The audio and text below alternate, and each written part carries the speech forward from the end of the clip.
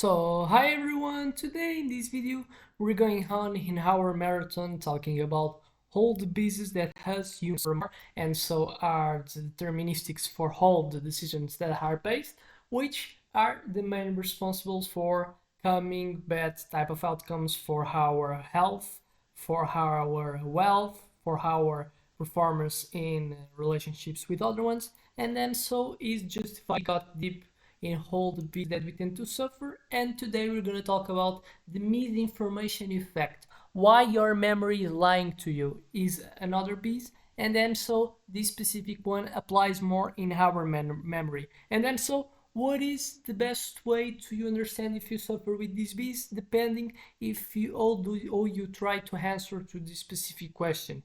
Have you ever been absolutely certain about a memory only to find out later that it never happened that way? So it's basically is when you're kind of asked, or you're kind of not be asked, but you just like by your active accountability, by your active willingness, you want to revoke the way that happening had happened, and then so you try to revoke, and the reality is that the way you revoke the situation is much different from what really happened, or not so much different. Sometimes that's not to be totally type illusion, but as some things that were changed in comparison with what happened in the reality. And then so is being applied the misinformation effect, and obviously it's clear to understand why this can happen.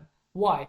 So our brain is good, but is not perfect. So whatever is you think that whatever is the thing that it process with the application over the time, your brain so can lose some details that are not be perceived as so much important for him, and then so our brain doesn't like to deal with uncertainty, and then so he can fullify with what he thinks that can be something that can so fullify the gap that has been created by listing some of the details from a situation, which sometimes is something that can create bad things for us. It's something that everyone gets why is not good wording and saying false type of information in comparison with what really happens. So it's clear to understand.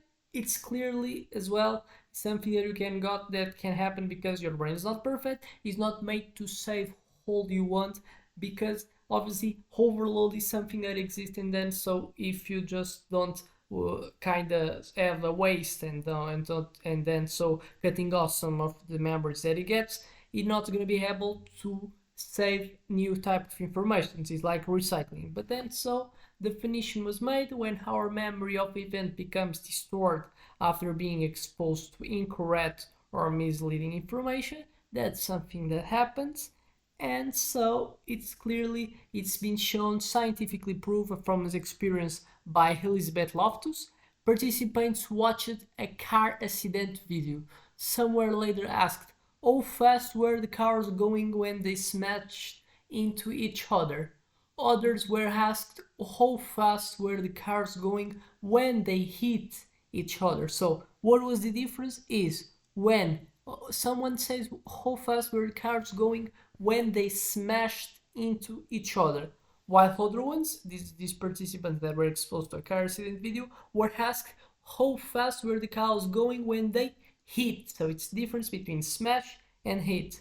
What happens? The word smashed made people remember the crash as being more severe than it actually was. Some even falsely recalled seeing broken glass when there was none. So what is happening here? It's a bit different from the definition that I gave for you. That was, I was saying that just naturally, by not having any type of influence, already happens that we can lose some details from prior type of experience, and sometimes our brain can fulfil these gaps with new informations.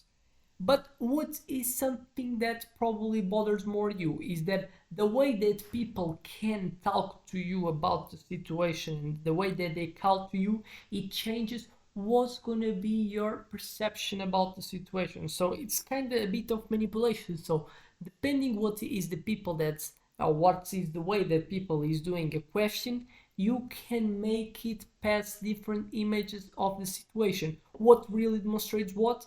how you're really susceptible to so be someone that can change your perspective, you can change the way that your information is saved depending of the stimulation, that is the way that people are asking you, can so make an influence the way that so you're gonna revoke the situation, which so is something that bothers us, because so make us create situations that are false depending the approach that the other one has toward us. We have other examples that I talk about, like a situation. This could be about a crime, could be something that even more dangerous.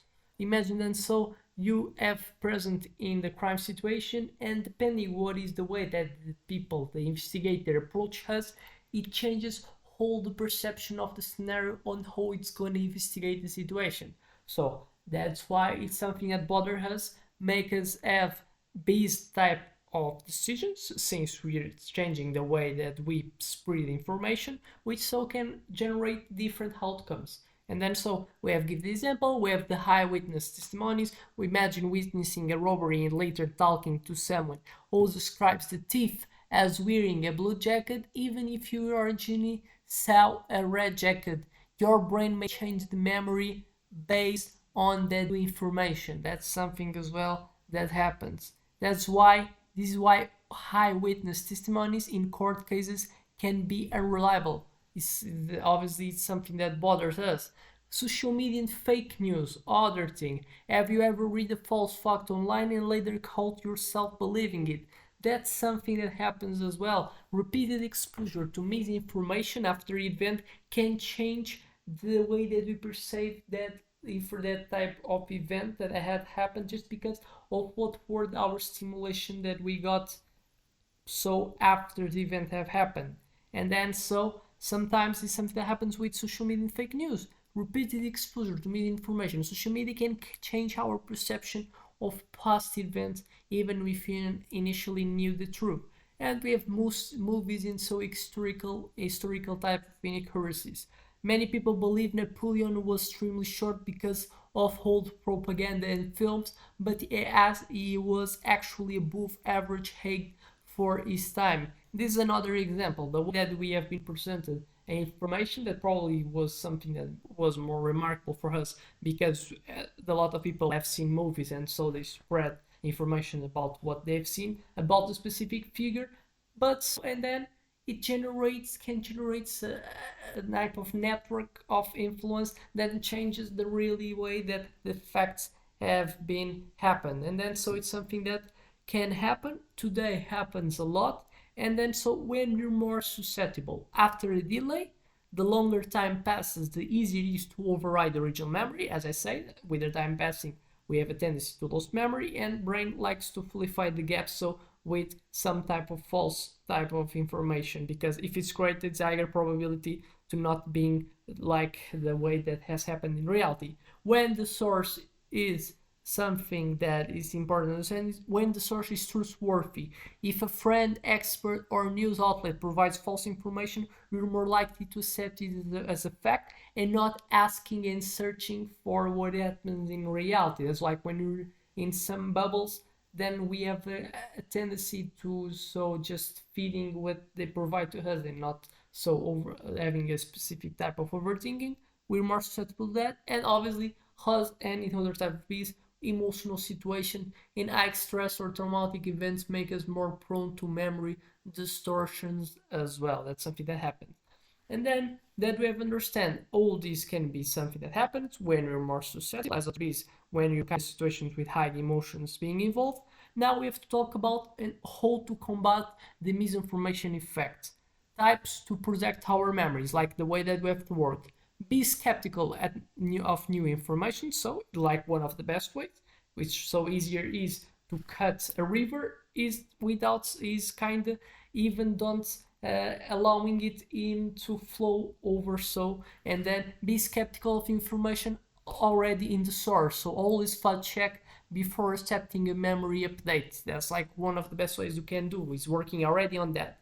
Then accepting that you're gonna receive feedback, rely on multiple sources instead of just one. So if an event is important, and obviously you cannot have to spend time for all the information you got. The important ones that make so your and gonna influence your most important decisions, there's that ones that you're gonna spend more energy being skeptical about. So this information, so is where you're gonna find and try to look for more type of multiple sources, and instead of just relying in one. So if event is important, verify details from different perspectives, write down what you remember. Recording details immediately can help preserve the accuracy of our memories. Obviously, if it's important, do it. And ask yourself, oh, who told me this? Helps me to understand when I build the event. Then I'm gonna try to understand so where it goes, where was the input provider, and then understand if there's something that is accurate or not. So being aware of the source can help avoid the false influence, which something to then help us to beat these bees. So I expect to have helped you to face whenever is the situation that you're more prone to face these bees. And I expect you as well to help me by subscribing and seeing the other videos. So see you in the next one.